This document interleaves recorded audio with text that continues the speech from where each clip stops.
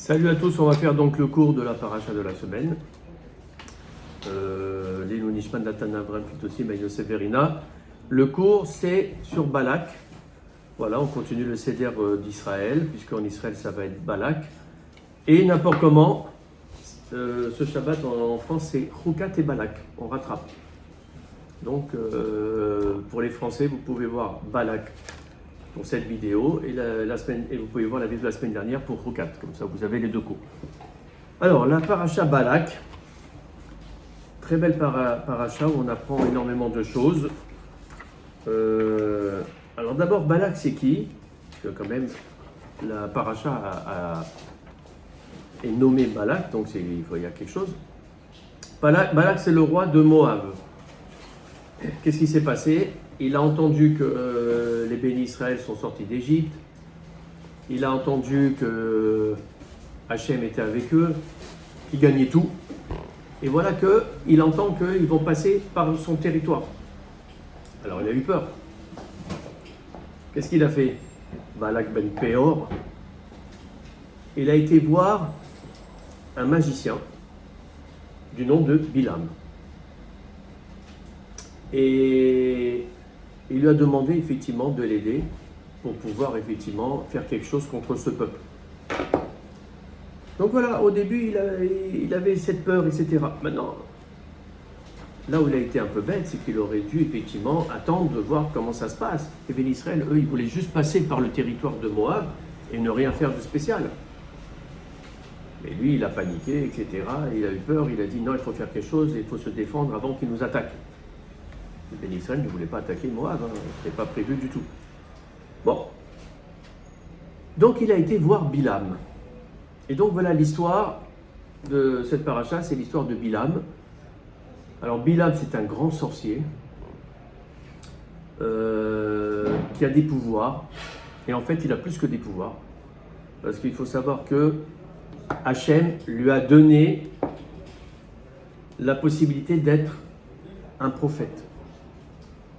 Alors Bilam c'est quelqu'un de très mauvais, très orgueilleux, avide d'argent, de pouvoir, de kavod, voilà, et tout ça est important pour lui. Et voilà que Hachem lui a donné cette prophétie, une prophétie. Alors pourquoi il a fait ça, Hachem? Parce que pour que les goyim, les nations ne disent pas « Ah oui, mais c'est normal que Israël tout lui réussit. » Voilà, ils ont un prophète qui s'appelle Moshe, et grâce au prophète, ils ont Hachem avec eux et tout leur réussit. Alors qu'est-ce qu'il a fait Hachem? Il a mis aussi un prophète pour les nations. Donc Bilam, ça a été le prophète des nations. Et comme ça, il leur dit, ben voilà, regardez, vous avez un prophète vous aussi. Est-ce que vous avez pu, grâce à ce prophète, rester droit et faire les choses comme il faut, comme je veux moi, Hachem? Et en fait, non. On va voir que Bilam, le pouvoir qu'il a eu d'Hachem, de la prophétie, va l'utiliser dans le côté obscur. Alors les rabbénim, ils nous disent que Bilam avait un don de prophétie, un pouvoir de prophétie tellement élevé qu'il était au niveau de Moshe Rabbeinu. On sait que Moshe Rabbeinu, le pouvoir de prophétie de Moshe Rabbeinu, il n'y en a pas. Il n'y en a pas, puisque c'est marqué dans Vezot HaBeracha, la dernière paracha de la Torah, c'est marqué Velokam Navi Od Ke Moshe Be Israël. C'est-à-dire une fois que toute la Torah a été lue, à la fin de la Torah nous dit mais il n'y a pas eu un prophète aussi incroyable que Moshe pour Israël. Donc ça veut dire que c'était le summum. Effectivement, tous les prophètes qu'il y a eu après, ils n'avaient pas le don de Moshe Rabbeinu qui pouvait carrément, c'est marqué P.A.P., il pouvait carrément être en communication avec Hachem face à face. Face à face, entre guillemets, parce que c'est compliqué de dire face à face par rapport effectivement à Hachem. Et c'est pour dire le niveau de prophétie de...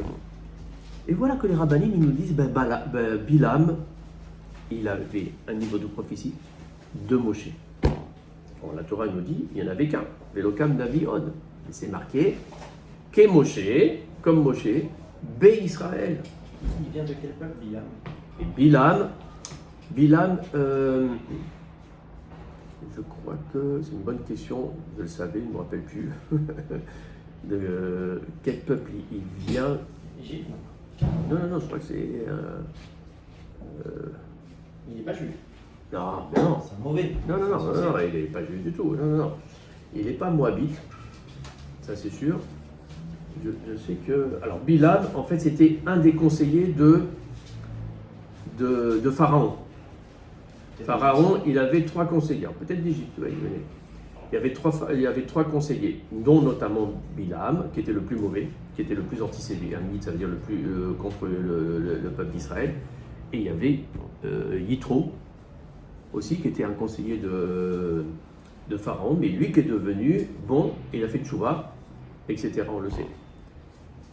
Alors lui, Bilam, Hachem, il lui a donné un cadeau. Il lui a donné le fait d'être un très grand prophète comme Moshe. Mais alors lui, il va être le prophète des nations, des Goïm. La différence avec Moshe, qui est le prophète d'Israël. Et il est au même niveau. Parce que je crois que Hachem, il est obligé, quand il fait quelque chose, il est obligé de mettre le même côté de l'autre côté. Ben voilà, pour pas qu'il y ait de jaloux, pour pas qu'ils disent, voilà, regarde, c'est normal que ton peuple Israël, il est bien, etc. Regarde, tu lui donnes tout. Mais dans tout, il paraît qu'il y a une balance dans tout. Toujours, comme ça au moins, il n'y a que de la justice. Voilà que Bilam, il a eu les mêmes pouvoirs que Moshe. Mais il y avait des petites différences. Alors là où il était très fort, Bilam, dans le niveau de prophétie, c'est pour connaître le courroux d'Hachem. Qu'est-ce que ça veut dire le courroux d'Hachem? Ça veut dire quand il va s'énerver. Quand Hachem va s'énerver, entre guillemets, parce que Hachem ne s'énerve pas, mais ça veut dire, voilà, à un moment donné, il y a des choses qui ne lui ont pas plu, etc. Alors, c'est vrai que la prophétie qu'il a eue, Bilam, dans ce domaine-là, de savoir quand était le Zman du courroux d'Hachem, il était très fort. Et bien, comme il avait ce pouvoir-là, il l'a utilisé, Bilam. C'est comme ça qu'il était fort en magie. Et l'avantage de connaître le Zman du courroux d'Hachem, c'est très important. Parce que s'il veut combattre le Ham Israël, il voit que Hachem il est content du Ham Israël, il ne faut pas le combattre, le Ham Israël. Ça ne marchera pas. Hachem, il est avec la Shrina, elle est avec les bénis Israël, donc ça ne marchera pas. En revanche, si d'un seul coup il voit que Hachem il s'est hérité contre le peuple d'Israël, et combien de fois il s'est hérité, on l'a vu la semaine dernière, les autres semaines, etc. Il amplifie. Là, il sait que c'est le moment d'attaquer Israël. La Shrina, elle est partie. Dès qu'il n'y a pas le shalom, dès qu'il n'y a pas le truc, etc., la Shrina s'éloigne du peuple d'Israël. Donc, c'est le moment. Et je vais vous dire, tout ce qu'on dit là, nos ennemis actuels du peuple juif, ils le savent, ils font la même chose. Ils ont la même... comment dire? Ils ont la même technique d'attaque que faisait Bilam. Ça veut dire que eux, ils savent quand est-ce que Hachem, il s'éloigne de nous. Et il existait, ce monsieur pendant Vodor? Bilam, oui, bien sûr. Et quand il y a eu Vodor, du coup, lui... Non, lui, il était dans un autre pays. Ah, il n'était pas à côté. Il n'était pas à côté. Il en a profité avec le Vodor. Donc en fait, la technique de Bilam à l'époque, c'est ce qu'utilisent aujourd'hui nos ennemis. Et aujourd'hui, nos ennemis, on les voit. Hein. Dès qu'ils voient que nous, on fait la guerre entre nous, entre les gauchistes et les religieux, entre ceux-ci, la droite et la gauche, je ne sais pas. Dès qu'ils voient que c'est vraiment de la haine qu'il y a. Mais Hachem, il s'en va. Dès qu'il y a de la haine entre nous, entre les frères, Hachem, il s'en va. Eux, ils le voient. C'est pour ça qu'ils sont forts là, en ce moment, les Palestiniens et les terroristes et tout ça. Ils savent oui, qu'ils peuvent attaquer. Parce que là, le peuple d'Israël est moins protégé. C'était la technique de Bilam. Bilam était très fort et plus fort que Moshe dans ce domaine-là. Moshe, il ne savait pas quand est-ce qu'il y avait le courroux d'Hachem. En revanche, là où il était plus fort Moshe, c'est dans la prophétie elle-même, la qualité de la prophétie. La qualité de la prophétie de Moshe, elle était limpide. Comment on le sait? Dans la paracha Matot, qu'on va lire dans 2 parachutes. Parce que la semaine prochaine, ça va être Pinchas pour tout le monde. Et après, ça va être Matot Massé. Dans Matot, c'est marqué Zé. À un moment donné, Hachem il dit à Moshe, Zé Adava Asher Tziva Hachem les Moshe. Voici la chose que Hachem a ordonnée à Moshe. Quand on dit Zé, là, on fait toujours avec le doigt, on montre avec le doigt. C'est quelque chose de très précis. Zé Adava Asher Tziva. Donc ça veut dire que l'ordre qu'a donné Hachem à Moshe, il est limpide. Moshe l'a eu complètement. Il n'y a pas eu de perte du message. Tellement que la prophétie était forte de Moshe dans ce domaine. En revanche, on voit dans cette paracha que quand Hachem il va venir en contact avec Bilam, c'est que par rêve, par songe, la nuit, etc. Et il va lui dire côté d'Aber. Il va lui dire à Bilam, tu vas parler à peu près comme ça. Côté d'Aber. Quand c'est marqué côté d'Aber, ça veut dire c'est un peu flou. Donc lui, la prophétie de Bilam, elle est pas aussi limpide que Moshe. Moshe était plus fort. Pourquoi? L'un, il est plus fort dans un domaine, l'autre est plus fort dans l'autre domaine. Pourquoi? Ça va être la valeur intrinsèque de la personne. Et c'est ce qu'a voulu justement démontrer Hachem à tous les peuples. Il dit, voilà, regardez, je vous ai mis 2 prophètes du même niveau, très très élevé. La prophétie, le maximum. Mais vous allez voir qu'il y en a un qui va l'utiliser du côté bon, l'autre qui va l'utiliser dans le côté obscur. Et effectivement, tout son pouvoir, lui, de Bilam, il va l'utiliser pour savoir quand est-ce qu'il y aura le courroux d'Hachem, quand est-ce que Hachem va s'irriter, comme ça je peux attaquer les autres. Et ça, toute cette prophétie, tu l'utilises pour ça, alors que Moshe, lui, non, lui, il va utiliser tout ce pouvoir de prophétie pour capter le message d'Hachem et transmettre l'ordre d'Hachem. Ça n'a rien à voir, 2 choses différentes. On voit qu'il y en a un, c'est le bon côté, l'autre c'est le mauvais côté qu'il va utiliser. Parce que c'est la personne intrinsèque qui est différente. C'est toute la différence. Alors, maintenant il faut savoir une chose. Dans cette paracha, Balak va voir Bilam. Il a besoin de ses pouvoirs magiques pour pouvoir combattre le Ham Israël qui arrivait. Balak avait très peur. Pourtant c'était un roi puissant, mais il avait peur. Il savait que le Ham Israël avait tué tous les autres rois, etc. Donc il a été voir Bilam et il lui a dit, voilà, il faut que tu fasses quelque chose pour contrer cette avancée des bénis d'Israël. Utilise tes pouvoirs, dis-moi ce qu'il faut faire, je te donnerai tout l'or, etc. etc. Ah, tu dis ça à Bilam, il est intéressé. On a vu, il n'est intéressé que par le matériel, l'orgueil, le machin. Déjà, Balak vient le voir, il est tout content, etc. Et voilà que Bilam dit, ok, demain je pars. Sauf que voilà, pendant la nuit, Hachem rentre dans un rêve, un songe dans son rêve, et lui dit, ne va pas. Parce que tu ne vas pas combattre le Ham Israël, c'est mon peuple à moi. Donc je t'ordonne de ne pas y aller. Et il s'est levé le matin, tout bouleversé, Bilam, il avait envie quand même d'y aller pour gagner cet argent. Maintenant il savait qu'il y avait un problème. Que Hachem, il n'était pas pour, et ça marcherait pas, quoi qu'il arrive. Et comme c'est une tête de mule, et comme il est mauvais, et comme l'autre Balak, il a obligé de le faire, à la fin, les messagers de Balak ont pris Bilam, et il a dû effectivement venir pour effectivement faire quoi? Alors, ce qu'il voulait Balak, c'est que Bilam maudisse le peuple. On voit des trucs, des sortes de pouvoirs négatifs contre le peuple. Malédiction, voilà, les maudire, etc. Pour qu'au moins voilà. Et voilà, qu'est-ce qui s'est passé, tout le monde le sait dans cette paracha. Quand Bilam, il a voulu le faire, au début, il ne voulait pas. Il a dit à un moment donné, il a dit à Balak, écoute, laisse tomber ton or, ça ne marchera pas. Parce que Hachem, toutes les nuits, il revenait dans son rêve, il lui disait, mais ne fais pas, ne fais pas.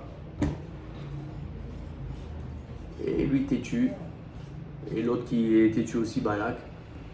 À la fin, il a fait. Alors il arrive dans les hauteurs, il voit tout le camp d'Israël un peu plus loin, qui avait posé son camp, etc. Et Balak il dit voilà, maintenant tu vas maudire le truc, dis-moi qu'est-ce qu'il faut faire, etc., etc.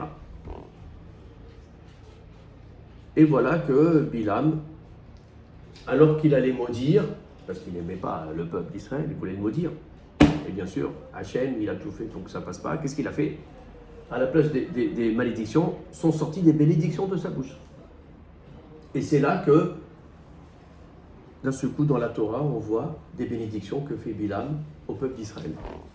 Mais des bénédictions très fortes. Parce qu'il voulait maudire très fort. Il voulait maudire, Hachem il a fait praf. Et bien là, qu'il devient fou, le roi. Imaginez, c'est une scène de film. Hein. Tout est une scène de film d'ailleurs. C'est dans cette paracha qu'il y a l'ânesse de Bilam qui se retourne et qui commence à parler. Il y a la fameuse bouche de l'ânesse qui s'ouvre, ça s'appelle Pi Aton. Et que l'âne est en train de parler à Bilam.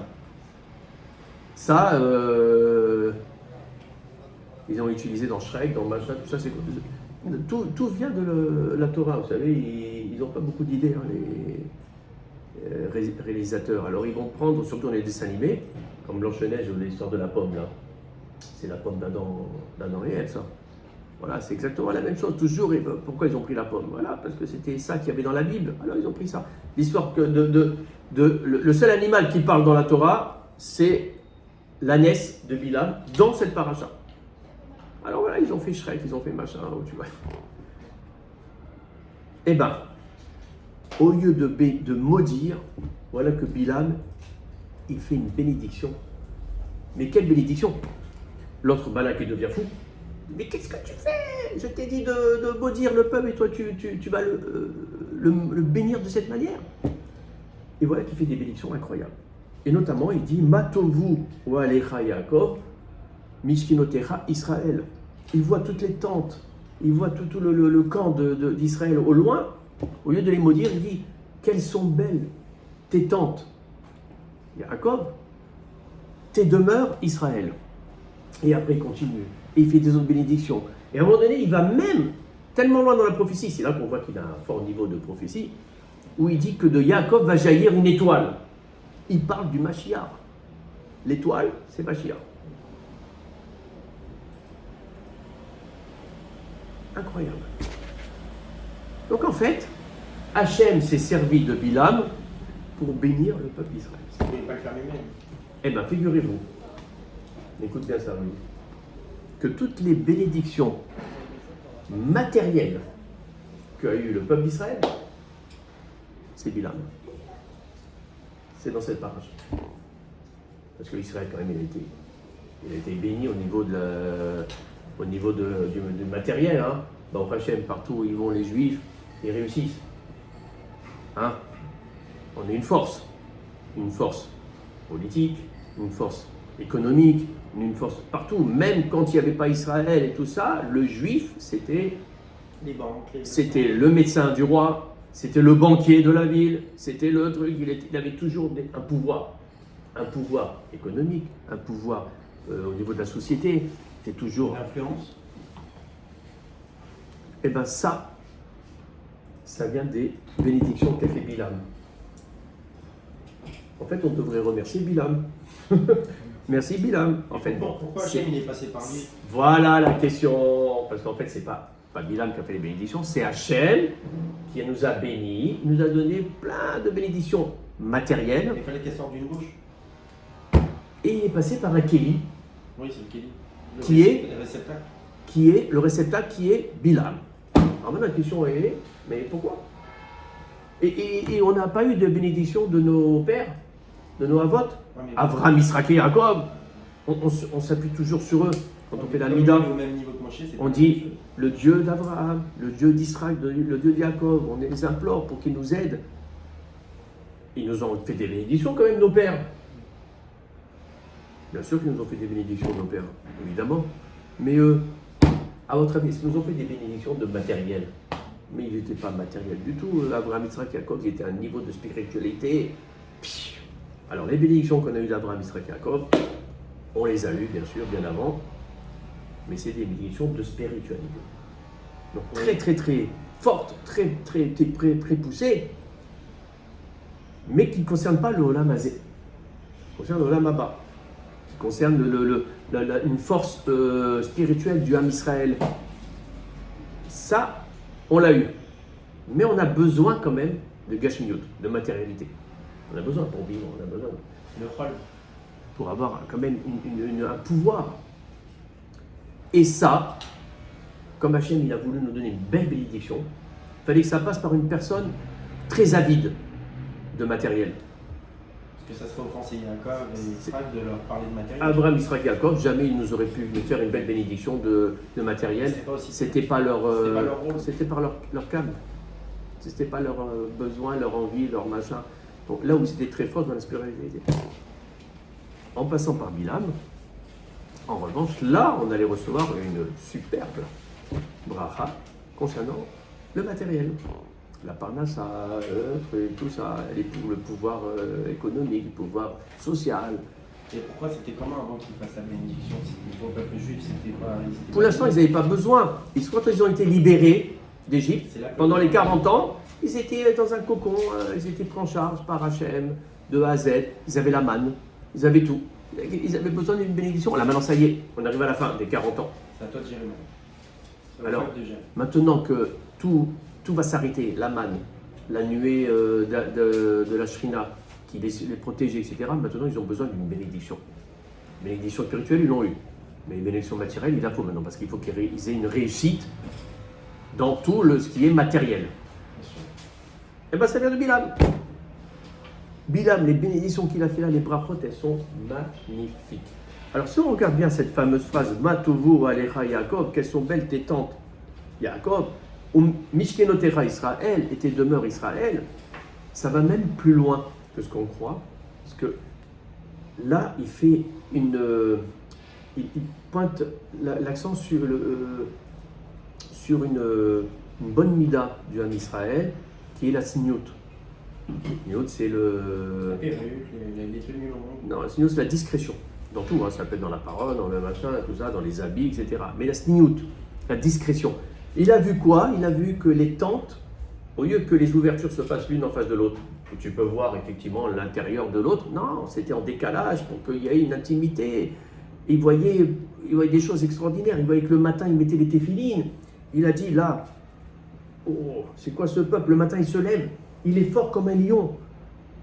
Ça, c'est une bracha. Une bracha qui veut dire que quand on met les téphilines le matin, on est fort comme un lion la journée. On est fort comme un lion. L'importance de mettre les téphilines, hein, etc., etc. Et cette fameuse phrase, Matovu Alecha Yaakov Mishkentecha Israël, on le met souvent dans les rideaux du Echal. Ça veut dire, comme elles sont belles, tes tentes. On sait que la femme, ce qui caractérise la femme, c'est quoi? La maison. Parce que la femme elle va s'occuper de la maison, du foyer. C'est elle qui va faire en sorte que les enfants ils vont avoir ce derer Torah, derer Eretz. Voilà, les bonnes midotes, etc. C'est la femme. L'homme aussi, l'homme il est là pour vérifier, surveiller tout. Mais la femme, c'est elle qui est tous les jours, au quotidien, qui va s'occuper du Shabbat, qui va tout préparer, etc. Pour que la maison elle soit bien truc et tout. Et c'est grâce à la femme que l'homme aussi va pouvoir avancer. Dans notre religion, en tout cas, c'est comme ça. Si un homme, il est devenu un grand rabbin, ça vient de sa femme. C'est sa femme. Si Rabbi Akiva est devenu Rabbi Akiva, c'est parce que sa femme, elle a dit Il parlait pas. pas, il savait même pas parler. Voilà. Elle lui a appris notamment. Il ne savait rien, Rabbi Akiva. Elle lui a dit pars, quitte-moi et va dans une yeshiva parce que je sais que tu as un potentiel. Et tu vas voir. 12 ans, il est parti. Sans voir sa femme, que tous les voisins ils disaient mais c'est une honte le mari que tu as. Tu as laissé abandonner, mais c'est moi qui veux. C'est pour ça que c'est la femme qui donne la religion. C'est pour ça que c'est la femme qui est dans la judéacité, dans notre religion, contrairement aux Arabes où c'est l'homme. Ça n'a rien à voir, donc quel rapport? L'homme, même s'il est Cohen, c'est pas ça. C'est la femme. Parce que toute la femme, c'est le centre de tout.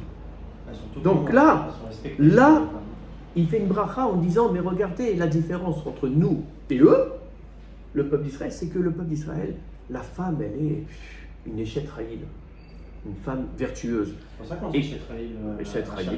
Échette raïl, mais ça. On fait la prière pour la femme. On fait la prière pour la femme, pour nous remercier de tout ce qu'elle a fait. Échette raïl, c'est raïl, ça vient de quoi? Vertueuse. Raïl, c'est khayal aussi. C'est la même chose. C'est une soldate. Une femme vertueuse, c'est une femme qui se lève tôt, qui dort tard, qui ne laisse rien, qui prépare tout, qui machin. Quel niveau? Et c'est marqué d'ailleurs dans Shlomo Améler, Isha Yirat Hashem, Hi Titalal. La femme qui va craindre Hashem, elle sera digne de louange. Alors là, en fait, dans cette bracha que fait Bilam, il met l'accent sur la femme. Quand il dit Matovu Olecha Yaakov, quelles sont belles tes tentes Yaakov et tes demeures Israël, il parle de la femme, parce que la femme, elle s'appelle aussi une tente, une maison, une demeure. C'est la même chose. C'est un synonyme dans la Kabbale et dans tout ça. Et donc lui, il a tout compris. Il a compris effectivement c'était quoi. Donc voilà, des brachot extraordinaires. Hachem, il a voulu passer par ce Kéli qui était Bilam. Alors maintenant, quand même, les rabbins se sont posé une question. Ils ont dit, mais comment c'est possible qu'un Kéli aussi impur, il était impur. Il était impur. Tout ce qui touchait Bilam, c'était pour faire des mauvaises actions. Comment ce Kéli impur, il a pu être un réceptacle de la prophétie divine? C'est une question. C'est impossible. Tu sais que pour espérer avoir la prophétie, aujourd'hui, on n'a même plus de prophète. Pour vous dire le niveau bas qu'on est aujourd'hui, on n'a plus de prophète. C'était un des seuls aussi pouvoir avoir ce réceptacle. Non, parce que les autres, il y a un problème. Il y a un problème que les rabbinim ils ont posé, ils ont raison. Comment Bilam, il a pu être un réceptacle de la prophétie divine, sachant qu'il est complètement impur? Eh bien, la réponse, elle est magnifique. C'est marqué que Bilam, ben Tzipor, c'est-à-dire enfant de Tzipor, c'est-à-dire on ne sait même pas c'est qui son père. C'est marqué dans la Torah, Bilam ben Tzipor, celui qui a l'œil crevé. Pourquoi la Torah, elle te précise ce Bilam-là, le fils de Tzipor, celui qui a l'œil crevé? Qu'est-ce qu'on a besoin de savoir qui est borgne? Qu'est-ce que tu as besoin de savoir? C'est la réponse à notre question. Tous les membres de Bilam, ils étaient impurs. Donc vous ne pouvez pas recevoir la... Seulement, Hachem, il fallait qu'il fasse en sorte qu'il y ait un membre qui soit pur. Lequel qui était pur? L'œil crevé. L'œil crevé, il ne voyait plus, il ne fonctionnait plus. Il était pur. Pourquoi? Parce que tout le reste, les mains et tout ça, c'était pour faire des mauvaises choses. La pensée, le cerveau, c'était pour faire des mauvaises choses. Tout son corps, c'était pour faire des mauvaises choses. L'œil gauche, c'était pour voir des mauvaises choses. Vous savez, les yeux, malheureusement, c'était pour rentrer de la Touma. On dit dans le schéma, Velo Tatoru, Achare Nevafrem, Verhare Enerem. Il y a eu le Rav qui s'est crevé les yeux quand Hachem il l'avait testé. Voilà. Il a dit, il lui mettait des anges avec des femmes. Voilà. Ça, il s'est crevé les yeux Ouais. et Hachem il lui a ordonné la vue. Dans le schéma, on lit 2 fois par jour, Velo Tatoru, Achare Nevafrem, Verhare Enerem. Et tu feras. Velo Tatoru, ça veut dire tu vas pas te faire disperser ton esprit par ton cœur, parce qu'on sait que les émotions, il n'y a pas pire. Il faut toujours que le cerveau, il commande des émotions. Si les émotions, il commande le cerveau, ça part en cacahuète, c'est-à-dire tout est possible. L'inceste, le machin, le truc, tout est possible. Le cerveau, il faut qu'il commande. Donc, Velo Tatoru ne te disperse pas par ton cœur et par tes yeux. Les yeux, c'est une catastrophe. Tu vois tout et c'est fini. Tu vois une femme dénudée, c'est fini. Tu as une mauvaise pensée, tu vois un truc. Tu vois du cochon, tu as envie de manger. Un seul membre de Bilam, était pur, son œil crevé. C'est pour ça que la Torah nous a précisé qu'il avait un œil crevé. Et c'était le réceptacle de la prophétie. Toute la prophétie est passée par l'œil crevé. Truc de fou. Et c'est comme ça qu'on a pu avoir cette prophétie de Bilam, même s'il était rachat de chez rachat, au moins on a eu une prophétie, une bracha du matériel d'un bon niveau. On avait besoin de ça, il fallait que ça passe par ça. Maintenant, là où on sait que Bilam, en fait, au final, il ne valait rien du tout, au niveau de. C'est juste parce qu'il a la prophétie, il était le kili de la prophétie, c'est tout, point à la ligne. Comment on sait qu'il ne valait rien, qu'en fait il était nul à tous les niveaux? Quand justement on a parlé de l'ânesse, qui d'un seul coup s'est mise à parler. Pourquoi? Parce que lui, l'ânesse, elle voyait des anges que lui ne voyait pas. Et à un moment donné, hop, elle bifurquait et elle le faisait tomber sur le côté. C'était pour pas cogner contre les anges. Lui, il ne voyait rien. À la fin, il a tapé, et d'un seul coup, paf, il y a eu ce miracle. Un miracle quand même, que l'ânesse, elle a ouvert sa bouche, c'est marqué, et elle a parlé à Bilam. Eh bien, elle parle à Bilam, au lieu de réagir, elle lui dit, mais qu'est-ce qui se passe? Elle ne chauffe même pas en fait. Lui, du coup, il est en pleine discussion avec l'ânesse. Là, on voit le niveau très bas, intellectuel et tout ça, de Bilam, qui n'a même pas réagi, s'est même pas rendu compte que c'était un pouvoir d'Hachem. Regarde un petit peu le truc, alors que tout le monde se rend compte que c'est un pouvoir d'Hachem. Donc voilà, la paracha de Balak, c'est ça. C'est Bilam, c'est les brachot, du matériel. On sait qu'elle vient d'un rachat, d'un kéli, parce qu'on a besoin de ce matériel. Mais n'oublions pas quand même les brachot qui viennent de nos pères, le spirituel. Toujours essayer effectivement comment faire. Alors, ce matériel-là, toujours l'élever. C'est tout le travail du juif. Tout le travail du juif, c'est l'élever. Tu manges quelque chose, tu fais une bracha. Tu bois quelque chose, tu fais une bracha. Tu vois, tu fais tout, tu essaies d'élever. Les téphilines que j'ai dit tout à l'heure, que Bilam, il a dit que c'était, on avait une force de lion. Les téphilines, c'est quoi? C'est du cuir de vache et des machins. Cette matière-là, tu l'élèves. Donc, espérons toujours qu'on élève toujours le matériel et qu'on puisse effectivement toujours avoir cette bracha matérielle et spirituelle pour que l'âme Israël, il gagne, âme Israël aille.